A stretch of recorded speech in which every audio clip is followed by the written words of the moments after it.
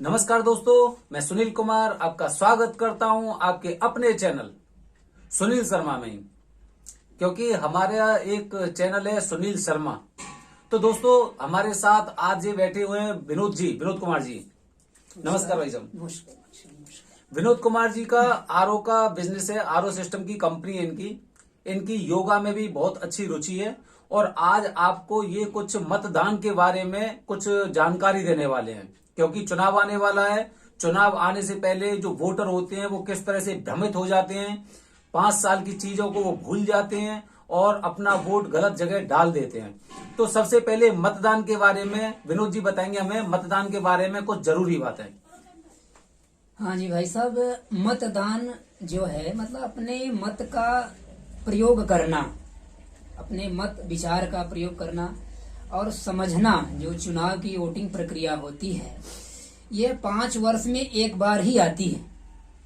5 वर्ष में राज्य का होता है, फिर केंद्र का होता है। 5-5 वर्ष में एक बार हमें मौका मिलता है हम राष्ट्र के लिए अपना मत दें, और एक ये मौका मिलता है कि जब अपने राज्य के हित के लिए हम अपने मत का प्रयोग करें। ये एक प्रकार से महोत्सव है अपने जन प्रतिनिधि को चुनने का, अपने विचार जो राज्य के हित को, राष्ट्र के हित को सर्वोपरि रखता है, उसको चुनने का एक उत्सव है, एक मौका है, एक महोत्सव है। तो इसको ऐसे ही न जाने दें, बहुत सोच विचार करके, देख करके, बहुत ध्यान पूर्वक अपने मत को मतदान देने का विचार बनाएं। बिल्कुल भाई साहब, ये तो खैर जरूरी है क्योंकि हर इंसान को मतदान अवश्य करना चाहिए जी। तो भाई साहब, एक बात मैं और जानना चाह रहा हूं आपसे कि जैसे हर विधानसभा से और एक उम्मीदवार होता है एक पार्टी का। अब हमें किसको वोट देना चाहिए? सही आपने कहा कि हमें किसको किससे वोट देना चाहिए, किसको लाइक करना चाहिए। ये देखिए व्यक्ति को डिपेंड करता है कि उसके बैक में उन्होंने क्या काम किया है समाज के प्रति। जो हमारा प्रतिनिधि है अपने क्षेत्र का, उनका बैकअप देखिए, उन्होंने किस तरह से अपने समाज को, अपने क्षेत्र को हैंडल किया है और अपने समाज में के लिए, अपने क्षेत्र के लिए क्या विकास किया है, और अपने जो विकास किया है और अपने लोगों के बारे में उसकी क्या निजी राय है, क्या सोच है, ये डिपेंड करता है। तो इसको लिए आप जो अपने क्षेत्र पे एक निगाह डालेंगे, देखेंगे, तो आपको पता चलेगा कि नहीं कौन कैसे काम किया है। क्योंकि ज्यादातर लोग तो घर पे ही रहते हैं, घर से बाहर नहीं निकलते हैं, तो उन्हें न्यूज के माध्यम से और टीवी के माध्यम से और लोगों के माध्यम से जो सूचना मिलती है उसी को आधार बना के अपने मत का प्रयोग या वोट देते हैं, जिसे हम बोलते हैं चुनाव को। बट ये है कि जो लोग, कुछ लोग फील्ड में हम वर्क करते रहते हैं तो उनका ज्यादा एक्सपीरियंस होता है, वो उनको क्योंकि विकास दिखता रहता है, जगह जगह जाते हैं तो उन्हें ये दिखता है कि नहीं भाई पहले कैसा था, अब कैसे परिवर्तन हुआ है, तो उनको इस बात का ज्यादा संज्ञान होता है क्षेत्र के बारे में। तो भाई साहब एक बात मुझे बताइए, जैसे कि अगर मैं बात करूं कि किसी राज्य में मुख्यमंत्री जी ने बहुत अच्छा कार्य किया, बहुत अच्छा कार्य किया और जनता उनके कार्य की बड़ी तारीफ कर रही है जी। जैसे अगर मैं योगी जी की बात करता हूं तो यहाँ पर जो कानून व्यवस्था है और जो चीजें हुई हैं जो पहले से बहुत ज्यादा बेहतर हुई हैं। बिल्कुल। लेकिन अगर आपके क्षेत्र से बीजेपी का ही कोई ऐसा कैंडिडेट खड़ा हुआ है जो पिछली बार जीता था लेकिन उसने कुछ भी काम नहीं किया, उस स्थिति में जो वोटर होता है वो कंफ्यूज होता है कि मुझे वोट तो योगी जी को देना है, लेकिन जो बीजेपी का जो कैंडिडेट है ये तो हमारे यहाँ पे बिल्कुल काम ही नहीं करता है। तो उसका हमारे पास क्या ऑप्शन है? इसका ऑप्शन देखिए ये है कि पहले तो हमें देखना है जो सारे प्रतिनिधियों का मुख्य नेता होता है, मुख्यमंत्री जिसे हम बोलते हैं, उसका तो हमें देखना है कि वो कैसे कार्य कर रहा है।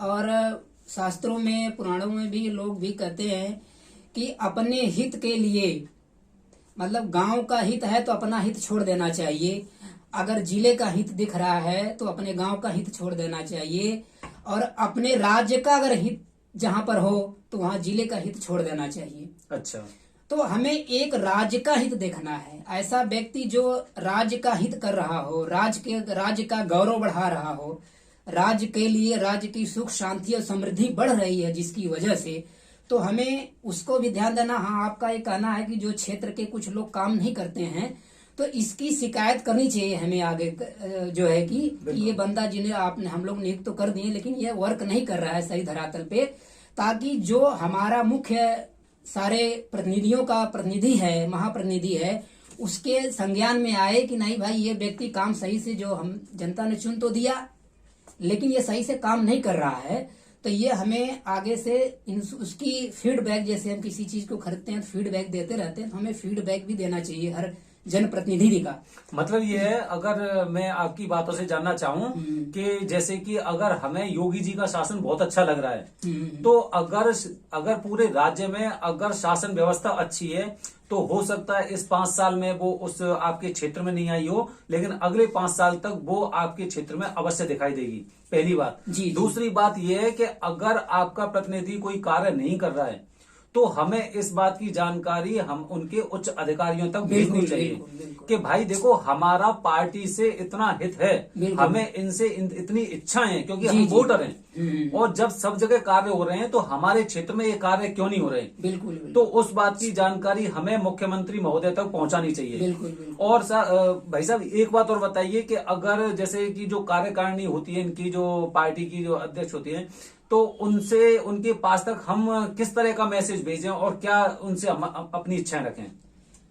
अपनी देखिए इच्छाएं अपने प्रतिनिधि तो यही होना चाहिए कि जो हमारा क्षेत्र है उसमें सही रूप से विकास हो रहा है कि नहीं हो रहा है, जो जन सुविधाएं आती हैं राज्य के ऊपरी स्तर से वो सही लाभार्थी को मिल रहा है कि नहीं मिल रहा है।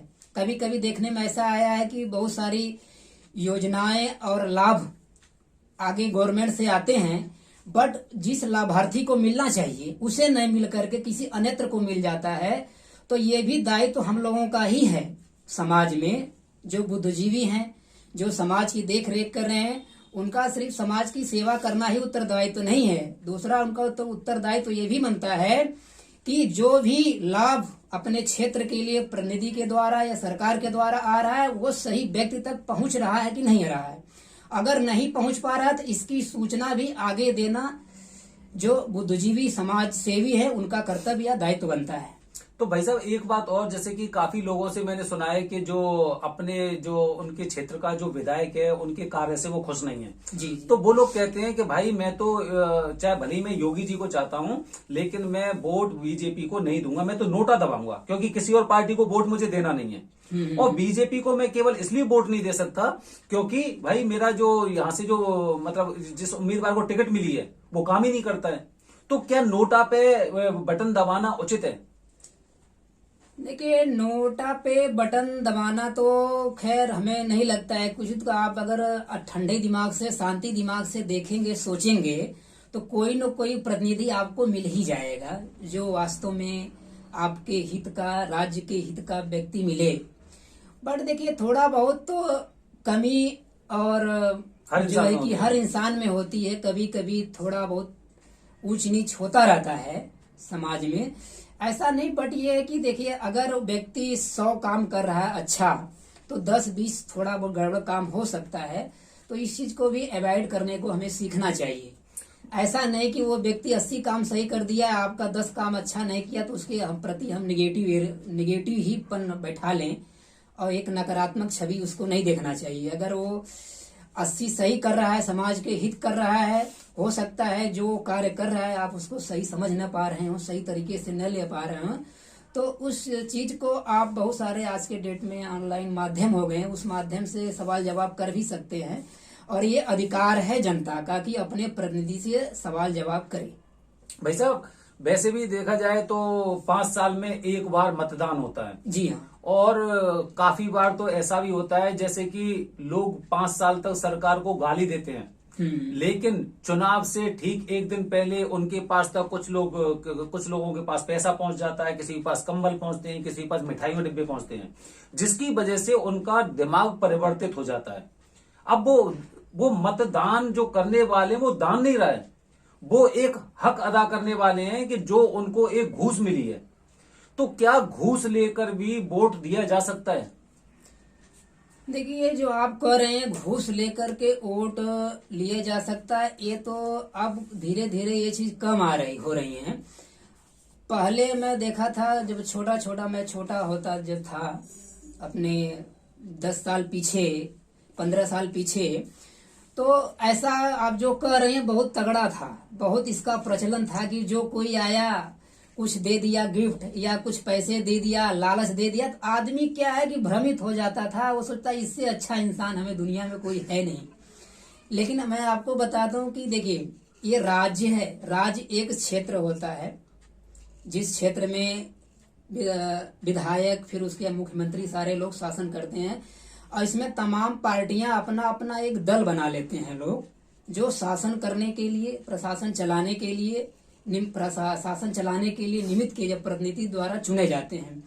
हर पार्टी का उद्देश्य होता है कि वो एक बार सत्ता में आए, अपनी सत्ता बैठाए और वो शासन करे। शासन करने की चाह तो हर पार्टी में होती है।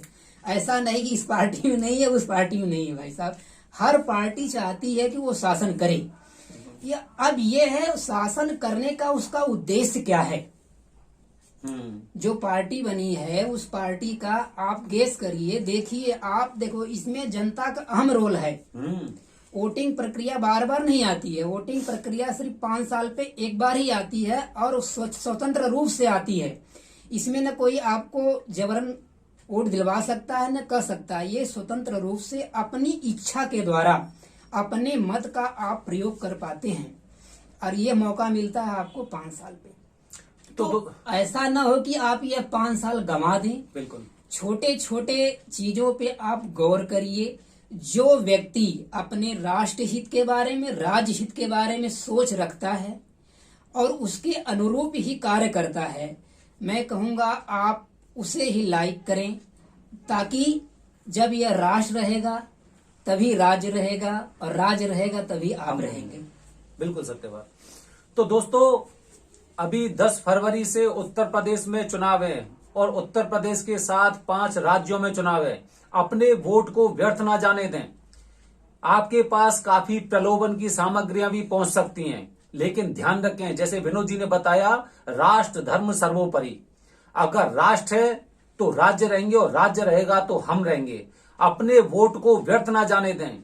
देखिए राष्ट्र की भावना किसके अंदर है और कितनी है। क्या राष्ट्र हित के लिए कार्य हो रहे हैं या नहीं हो रहे हैं।